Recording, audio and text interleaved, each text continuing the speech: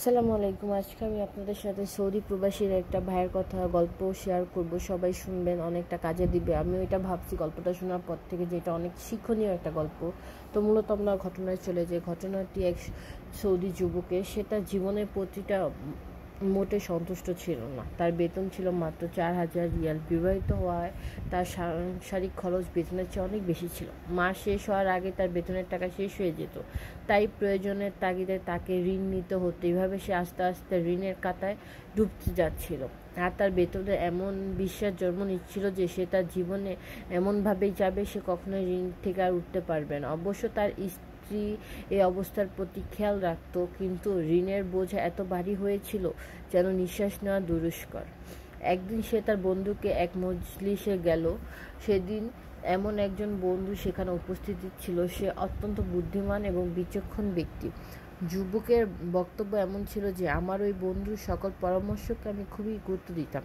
কথায় কথায় যুবক তার সকল অবস্থা বন্ধুকে বলল, বিশেষিত আর্থিক সমস্যাটা তার সামনে তুলে ধরল। তার বন্ধু মনোযোগ সহকারে কথাগুলো শুনল এবং বলল, তাকে পরামর্শ দিল, তুমি তোমার বেতন থেকে কিছু টাকা সাদকার জন্য নির্ধারণ করো।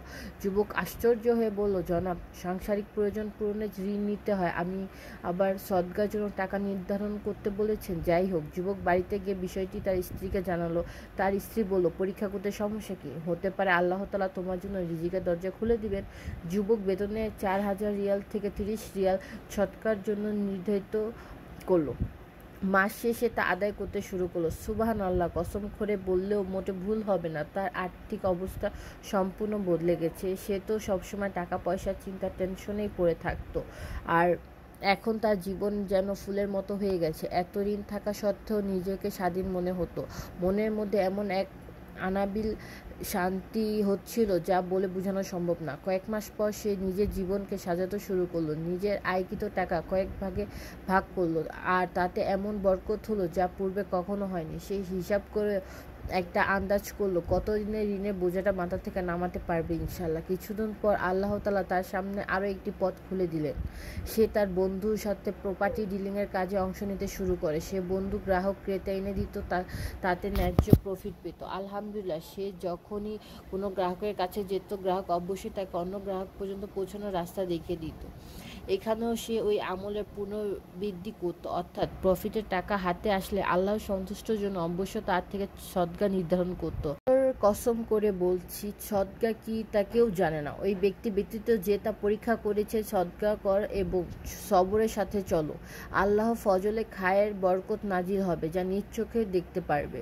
নোট: যদি আপনি কোনো মুসলমানকে তার উপার্জনের একটি অংশ সদকার জন্য নির্ধারিত করতে বলেন এবং তার উপর আমল করেন, আপনি ওই পরিমাণ সওয়াব পাবেন যে পরিমাণ সদকাকারী পেয়েছে, আর সদকাকারীর সওয়াবে কোনো কমতি আসবে না। আপনি দুনিয়া থেকে চলে যাবেন, আর আপনার বর্তমানে কেউ আপনার কারণে সদকা করতে থাকবে, আপনি সওয়াব পেতে থাকবেন। যদি আপনি তালিবে ইলম হন এবং আপনার আয় একেবারে সীমিত নির্ধারিত হয়, তবুও কম বেশি সদকা সম্ভব। সদকার জন্য নির্ধারিত করুন, কারণ সদকা মানুষের জীবন অনেকটা উন্নত করে দিবে, আর সদকার অনেক ফজিলত রয়েছে।